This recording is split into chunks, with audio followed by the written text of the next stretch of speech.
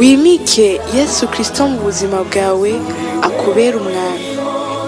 Yazanywe no kugira ngo uronke ubugingo kandi uburonke busagutse. Ba mu ijambo rizana ubuzima, ubuzima bwawe bubeho buhinduka. Umusaraba ni etape incontournable. Umusaraba ni kibanza tugomba gushikako.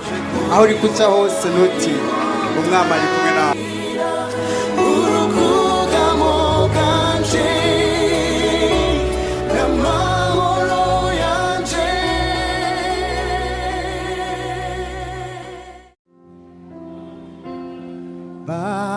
Baba, mimi ninakuabudu. Baba, mimi ninakuabudu. Mbele zako nainama, mimi ninakuabudu. Mikono yangu nainua, mimi ninakuabudu. Wewe Baba, Baba, mimi ninakuabudu. Ninakuabudu wewe Baba. Mimi ninakuabudu. Ewe Baba, mimi ninakuabudu. Ewe Baba yangu mchungaji mwema.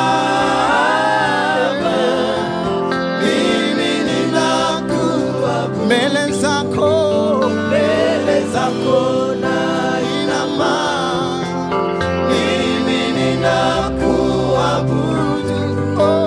Mikono yangu nainua, mimi ninakuabudu. Ewe Baba,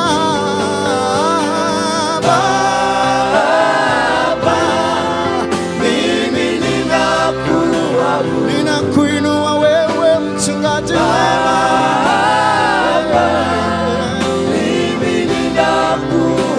Ewe Baba yangu ninaabudu jina lako. Hallelujah. Ninainua jina lako wewe Baba.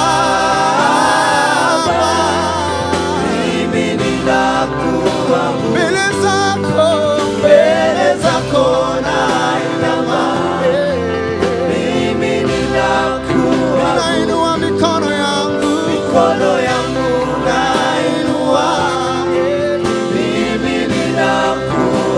Ewe Baba,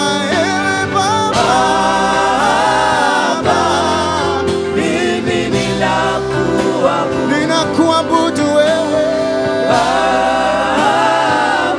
Hallelujah. Kwa sababu hakuna mwingine, ni wewe Baba yangu. Ni wewe kimbilio, ni wewe msaada, wewe Baba.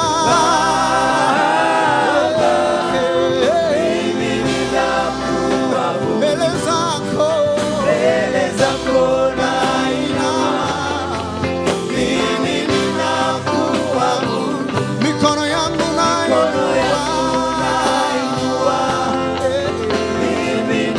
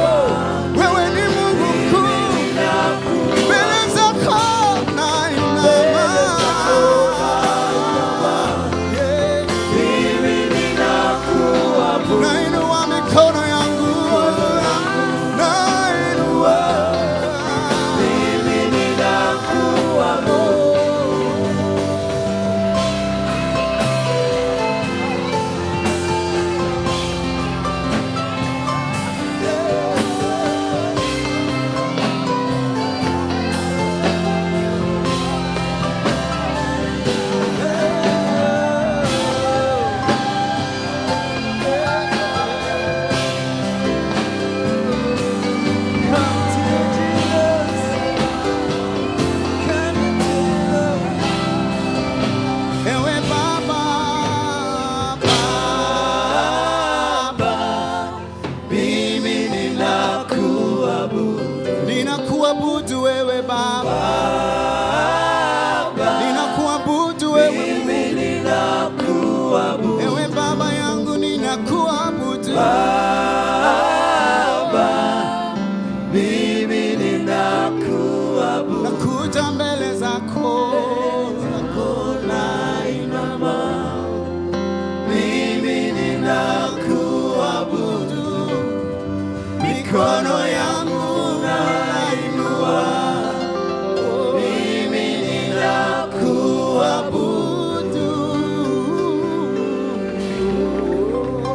Matthieu 6 verset 24 ni verset musanzwe muzi, ariko kandi tuzofatira kuri iyi mirongo kugira ngo twige ikicibwa muri iyi minsi. Haleluya. Nta usaba abami babiri, kuko yokwanka umwe agakunda uwundi, canke yoguma kuri umwe akagaya wa wundi. Ntimushobora gusaba Imana n'itunga. No musi munyemerere ibi bintu ndashaka kubivuga buhoro buhoro. Amina. Bibiri ivuze ngo nta usaba abami babiri, kuko yokunda umwe akanka uyundi, sivyo? Nukuvuga ngo ntibishoboka ko umuntu mu mutima wiwe ategeka canke aganzwa n'ubutegetsi bubiri, canke ategekwa na direction zibiri zitandukanye. Nta muntu ashobora gukunda canke gusaba Imana ngo ayibere fidèle, ayikunde amatane nayo mu buzima bwiwe, kandi mu rundi ruhande afise ibindi bintu aha agaciro. Umurongo wavuze itunga, ariko kandi mureke twagure, hari n'ibindi bintu abantu bashobora guha agaciro kanini mu buzima bwabo, bishobora kuba atari itunga ry'igiceri canke ibintu materiel, ariko kandi hari ibindi bintu mu buzima duha agaciro. Hari igihe duha agaciro abantu, hari igihe duha agaciro icubahiro dufise tukagikunda tukacumako, hari igihe duha agaciro uko abantu batubona tugakora ibishoboka byose, kandi nimba byo dusaba gukora amafuti canke gufata inzira zitarizo kugira ngo tuzigame icubahiro canke igicapo abantu badufitiye, canke kugira ngo ibintu bimwe bimwe twege twita ko ari byo bihambaye tubizigame, bikadusaba guca mu nzira umwami wawe atokunda. Bwana sifiwe sana. Ndashaka kubabwira, hariho abantu benshi bakijijwe bakunda Imana, ariko kandi iyi verse cyangwa uyu murongo Yesu yarawukoresheje kugira ngo yerekane, novuga gute, agaciro canke caractère ya engagement ku kintu citwa ubukristo. Mumbabarire kubivuga, nta hantu na hamwe Bibiliya itubwira ko umuntu avuka ari umukristo. Umuntu ntavuka ari umukristo, ariko kuba umukristo biva muri decision, biva mu guhitamo umuntu yagize igihe mu buzima bwiwe yemera kwakira Yesu nk'umwami n'umukiza w'ubuzima bwiwe, niho ucika umwana w'Imana. Nukuvuga ngo nkuko mu kuvuka mu buryo novuga gute, mu kuvuka mu buryo bw'impwemo, nta na rimwe bikogwa canke nta na rimwe biva muri decision y'abavyeyi. Nta muvyeyi n'umwe ashobora kuguhitira nko kuba umukristo ngo nuko witwa Mariko canke Matayo canke nde ngo ucike umukristo. Ariko kuba umukristo ni gihe mu bwenge bwawe umaze gutahura yuko uri umunyabyaha, ugatahura yuko Yesu yagupfiriye ku musaraba, ugatahura yuko ico yakoze yagikoze ku bwawe. Ivyo onye umaze kubisobanukirwa, iyo ijambo ry'Imana rigushitseko ukabitahura, nico gihe mu buzima bwawe uhitamo guhindukira ukava mu nzira zawe, ugahereza ubuzima bwawe Yesu Kristo, ugahitamo ko kubera umwami. Muri ico gihe ugacika umwana w'Imana kubwo guhitamo. Ndagomba kubabwira yuko abana b'abantu ikintu kidutandukanya n'ibikoko nuko Imana yaraduhaye kapasite zidasanzwe zo gushobora guhitamo aho ubuzima bwacu buja. Imana irafise umugambi wayo ku buzima bwacu, ariko Imana ntiyigeze iturema nk'amahobo ushobora gufyonda akabuto agatamba canke agatambuka. Ariko Imana yakoze abantu bashaka gusa nayo. Bibiliya ivuga ngo habuze gato ngo Imana itunganishe nayo, ahandi bakavuga ngo tumeze nk'utumana duto. Imana yaturemye dufise ubwenge, dufisemwo no guhitamwo. no kuvuga gute ngo novuga ngo Imana ishira risque canke Imana ishira responsabilité mu maboko y'umuntu wese avuka guhitamo kuzobana na ibihe bidashira canke guhitamo kuzobaho uko ashaka. Uravyumva? No kuvuga ngo Imana yaraguhaye uburenganzira bwo kugira ico hisemo. Hari igihe abantu rimwe mu buzima twibaza canke tukibaza yuko turaba victime ba system. Ibintu bimeze nabi, twakuze tugowe, twakuze dufise ingorane, ibintu vyagenze nabi, ni gutya je vyanje bimeze nabi. Reka ndababwira ikintu kimwe no munsi muri kino gitondo, hariho uguhita bw'Imana yashize mu kuboko kwawe gushobora gutuma ibintu vyawe birushiriza kuba vyiza canke bikarushiriza kuba bibi.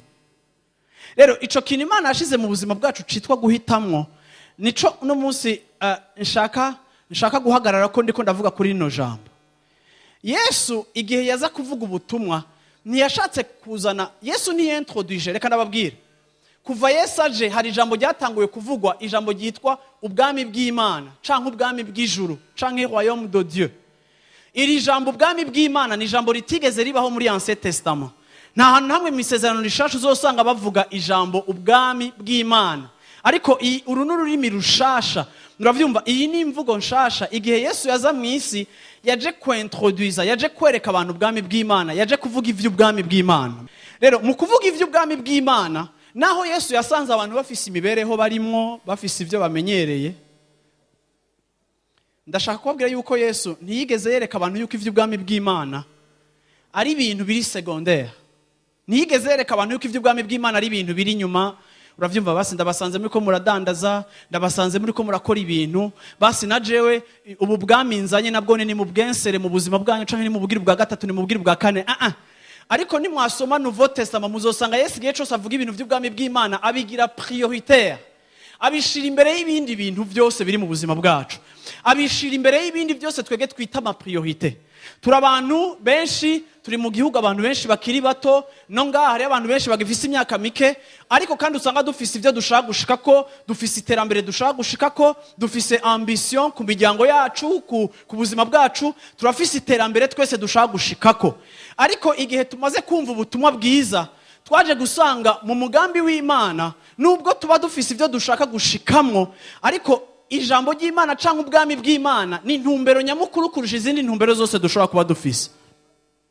Nukuvuga ngo ubwami bw'Imana si ikintu duhitana kwa Mungu tukaja mu vy'Imana, hama Imana ikagarukira muri activité ya culte, ikagarukira mu gikorwa c'igikorane, hama ubundi buzima bugacika ubundi buzima aho umuntu yiganza yitegeka akora ivyo ashaka. No, ariko Imana yaje mu buzima bwacu kugira ngo ibuganze bwose, atakindi kintu ibona mu buzima bwacu kirutayo kuba iya mbere. Nico gituma yavuze ngo nta muntu ashobora gukorera abami babiri, kuko hamwe yokunda umwe akanka uyundi. Ngira ndababwira yuko biragoye gukurikira inzira y'Imana canke biragoye guhimbara Imana udatahuye yuko Imana ni priorité mu buzima bw'iwawe ya mbere.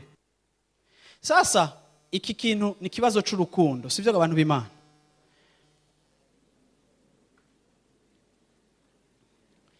Murabizi ko twakuze turegwa mu ndero y'igikristo. Kera bambaje ngo Imana na papa ngukundana. Twacha tuvuga ngo Imana na mama. Uri umwana muto kubera batubwiye ko Imana nyene umenga n'umuntu, uravyumva wopimuka navugana n'uyundi muntu ibara ryoca rigwa, ariko nyene kubw'ubwoba no kudatahura ukavuga ngo Imana. Uravyumva? Ariko kandi kenshi abantu baribaza ko bakunda Imana, kandi kenshi abantu bavuga ko bakunda Imana, sivyo? Ariko kandi aha nyene muri Matayo haratubwira ngo aho ubutunzi bw'umuntu buri, sivyo abantu b'Imana? Aho ubutunzi bw'umuntu bugize gute, niho n'umutima wiwe. Nukuvuga ngo ntushobora kuvuga na gukunda Imana si ibintu bivugwa, si ibintu biri muri langage. Gukunda Imana si ibintu vy'imigenzo dukora yo kubaha canke yo guca bugufi dushitse mu nzu y'Imana. Gukunda Imana bigomba kwitraduiza canke bigomba kugaragarira mu mibereho yawe ya misi yose. Nukuvuga ngo ico ukunda abantu barakibona. Aho ubutunzi bwawe bugize gute, aho ubutunzi bwawe buri, niho n'umutima wawe uri. Nukuvuga ngo ubutunzi bwawe, uravyumva, sinkeneye gushakisha aho buri, ariko ninagira ubushakashatsi nkitegereza cyangwa nkihweza ubuzima bwawe n'imibereho yawe, ndashobora kuraba amajoro yawe, nkaraba ibitondo byawe, nkaraba ukuntu wirigwa, nkashobora kumenya ico ukunda ico ari cyo. Rero ntimukwiye guharira n'abantu muhara ngo none ngo nandi Imana ndayikunda ngo none ngo ninde yababwiye ngo umuntu ngo arinda ngo kugira bijya mugira ngo ni hariho abantu usanga babakizwa bavuga ubutumwa bahaririye n'abantu n'imitsi yasohotse. No, ibintu vy'Imana si ibintu byo guharirako. Ico umuntu aha agaciro, ubuzima bwiwe burakwereka ko agiye agaciro. Nukuvuga ngo Imana nimba ari bwo butunzi, nimba ari buryohe bwawe, Imana nimba ariyo delisi yawe, sivyo? Imana nimba ari ico kintu c'agaciro, ndagomba kuvuga ngo ntuzorinda no kubibwira abantu, ariko abantu bazokwiheza ubuzima bwawe, babone style de vie, babone uko ubayeho, ico bazobona uha agaciro bazomenya ko ari ico ukunda, sivyo? Sivyo abantu b'Imana. Rero ibintu by'urukundo si ibintu binyegezwa, uravyumva? Ibintu by'urukundo si ibintu biba contenu ngo ntihagire umuntu abimenya. Ico ukunda kiraboneka. Nimba ukunda gacupa turabizi, sivyo? Imisi yose mu mashengero hari bikorane, we misi yose mu misi bikorane, imisi yose ku migoro uri mu kabari. Reka kunye explica ngo no nande ngo ndakunda Imana, ngo kunywa byinshi ngo sicaha, ngo kunywa bikeya, sinkeneye kuzana amaritiro yo gupima ivyo wanyoye uko bingana. Uravyumva? Nta n'umuntu yagize umupolisi w'ubuzima bwawe kubijanye n'ivy'impuhemu, ariko ico uha agaciro en terme y'umwanya kiragaragaza ico ukunda. Yesu ashimwe cyane.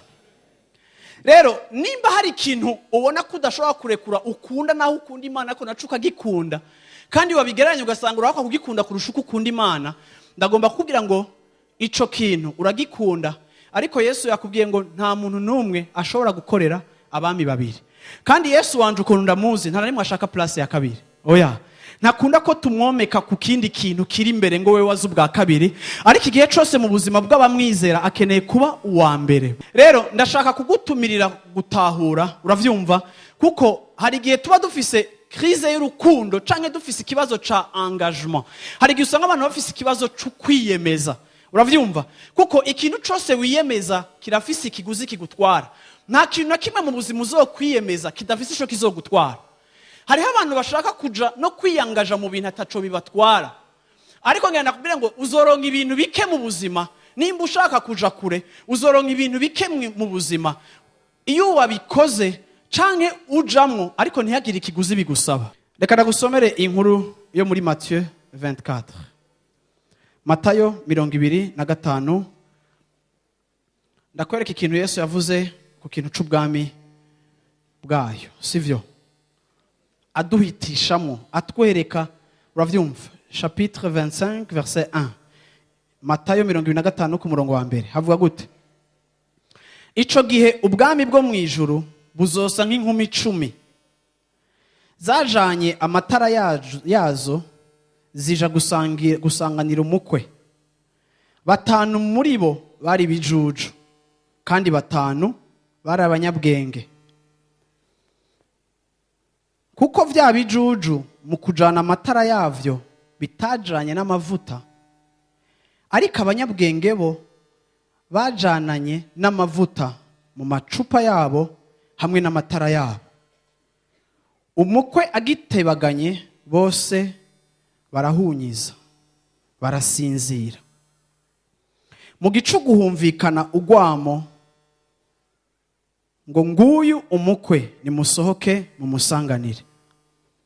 Buno za nkumi zose zirazanzamuka zitunganya amatara yazo. Vya bijuju bibwira abanyabwenge biti nimuduhe se ku mavuta yanyu, kuko amatara yacu ariko arazima. Ariko abanyabwenge barabishura bati kumbure ntiyodukwira twese. Ivyiza ni muje kubadandaza mwigurire. Bakigiye kugura, umukwe arashika. Abiteguye binjirana nawe mu bukwe, urugi rurugagwa. Mu nyuma za nkumi zindi nazo ziraza ziti mupfasoni mupfasoni nutwugururire. Nawe arabishura ati ndababwire ukuri simbazi, nuko mwame mugavye kuko mutazi umunsi canke isaha. Iyi nkuru irafise ibintu muri yo bitangaje, siko? Ariko kandi ndashaka kumanuka gato muri iyi conclusion, sivyo? Yesu yarababwiye ngo bamaze kugaruka baguza amavuta, Yesu arababwira ngo sindabazi, nimugire gute, nimugende sindabazi. Aka kantu nakiyumviriye ko sanga karagoye gusobanukirwa neza. Uti gute? Aba bakobwa 10 naho amavuta yabaheranye bikabasaba ko baja kugura yandi, kameme bari baguze, nespa?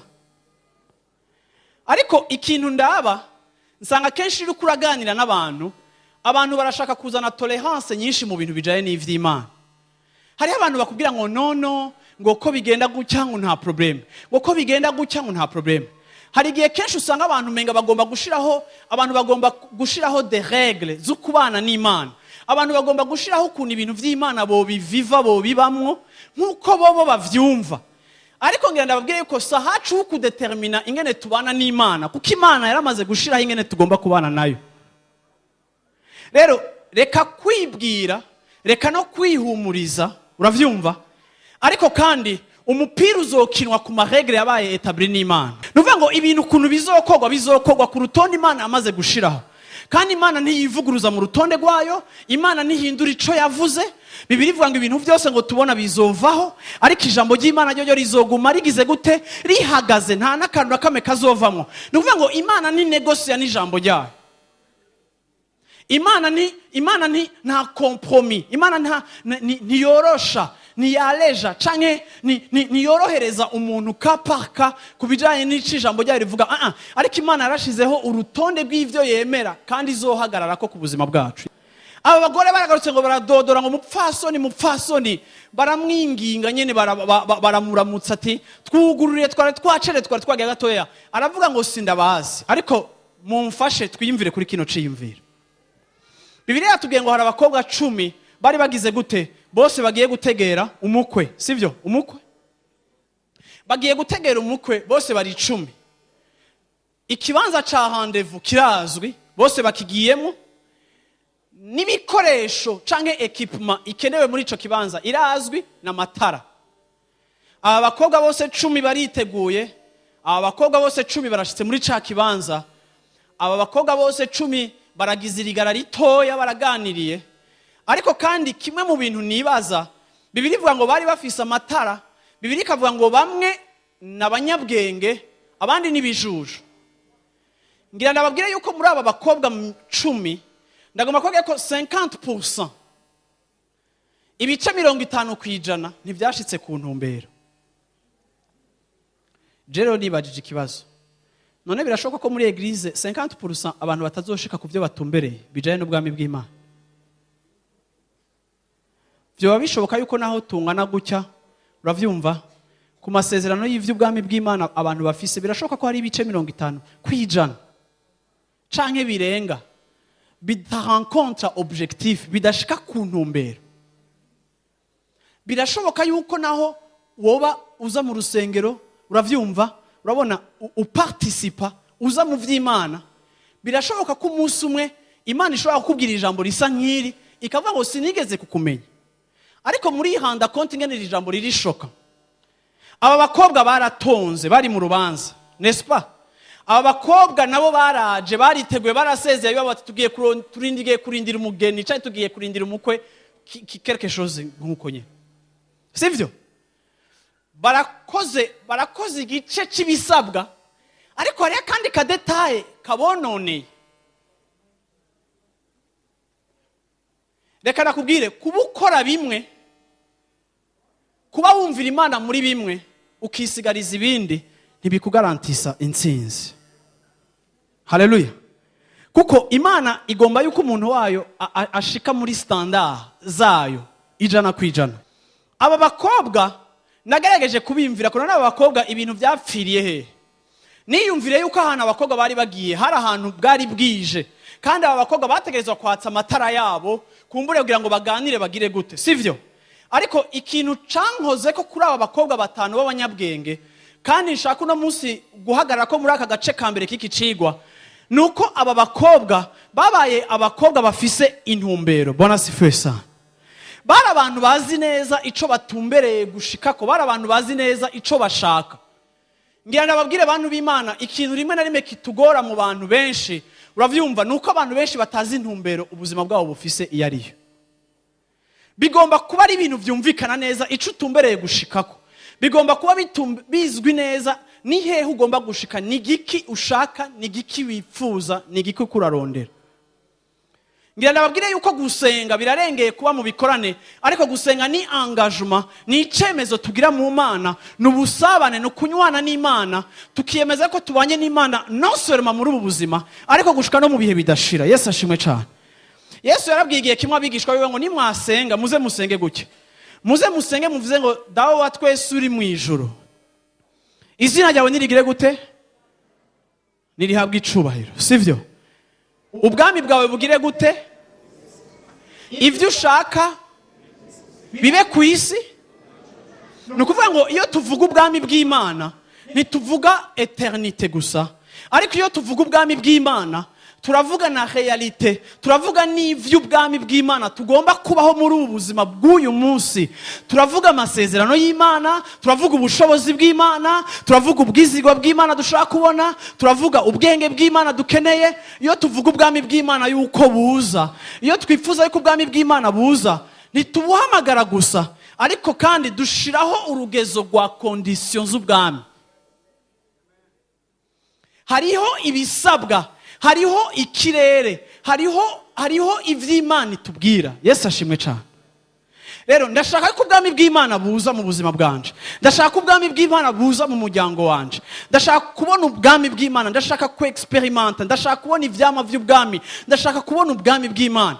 Sinshaka gusa kuzobujamo ninava muri ubu bugingo, ariko kandi ndashaka no kububaho uno munsi.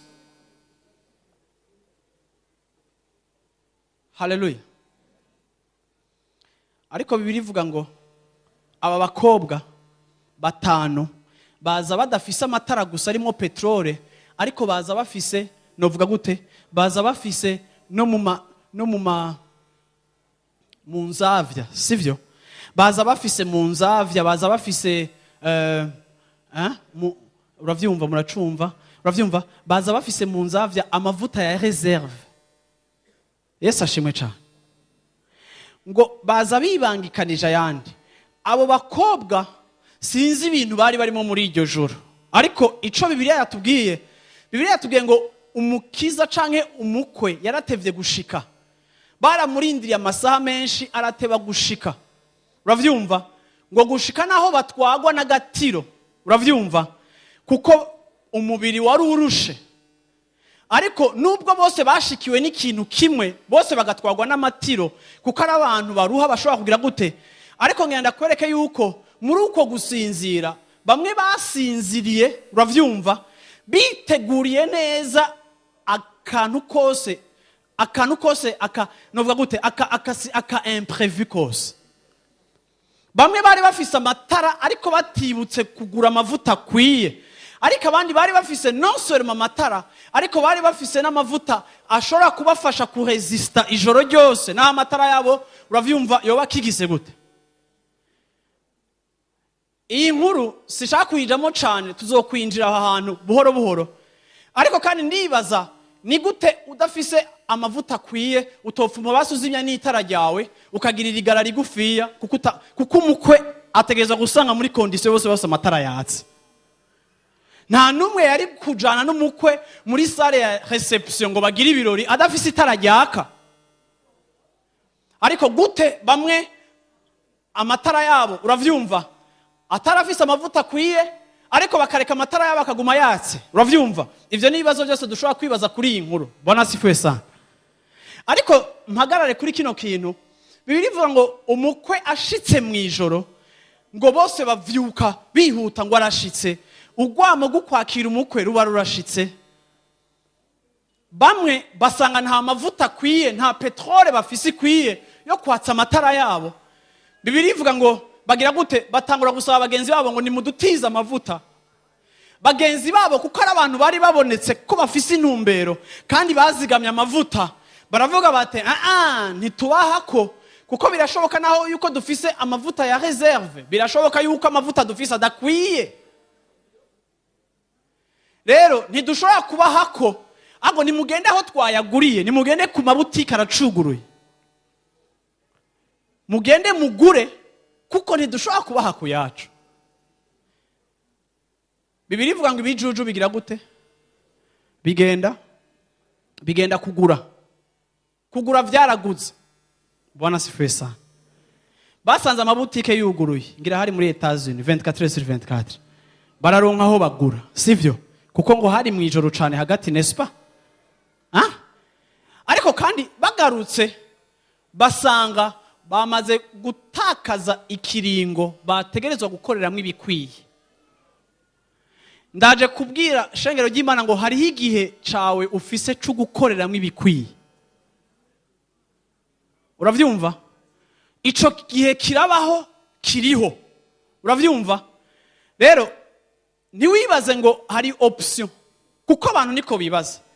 Urumva ingene badora bamwe ngo mupfasoni, ngo twugurure ngo twashitse, ngo yari yaheze, uraba mupfasoni. Uravyumva? Urumva baribaza nuko bashobora kunegosia. Uno munsi ikintu kitwishe uno munsi kandi cica abantu mw'ishengero, nuko abantu bagomba kunegosia kubijanye, abantu bagomba guharira, abantu bagomba kuvyiyumvira, abantu bagomba kumodifia ko gatoya, abantu bagomba kugira ama arrangement amwe kuri principe z'Imana, abantu bagomba kwitorera ukuntu ibintu bigomba kugenda. Ariko ndaje kubwira ikintu kimwe ngo ivy'Imana yashinze, yarabishinze, nta muntu ashobora kubihindura, kandi n'Imana ubwayo ntiyihaye option yo kubihindura. Rero nico gituma ndashaka gutumira umuntu wese yicaye hano hantu, kubijanye n'ubwami bw'Imana ufise intumbero iyihe?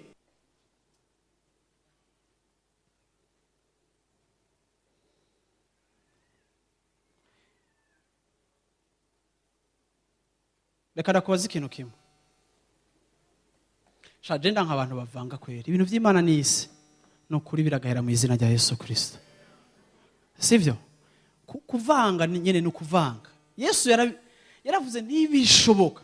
Hari abantu usanga ahantu yitemba ko yaguye ngo pastor ngo jewe ngo nukuri ngo ndakunda Imana. Okay.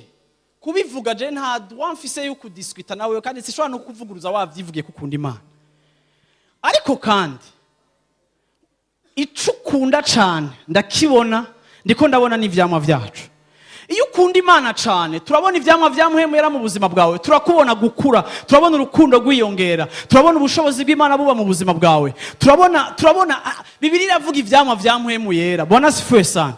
Nuvuga ngo hariho fruit, icukunda gifise ivyamwa. Rero gukunda vraiment, gukunda dutandukanye.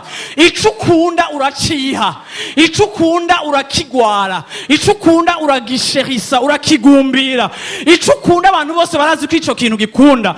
Niyo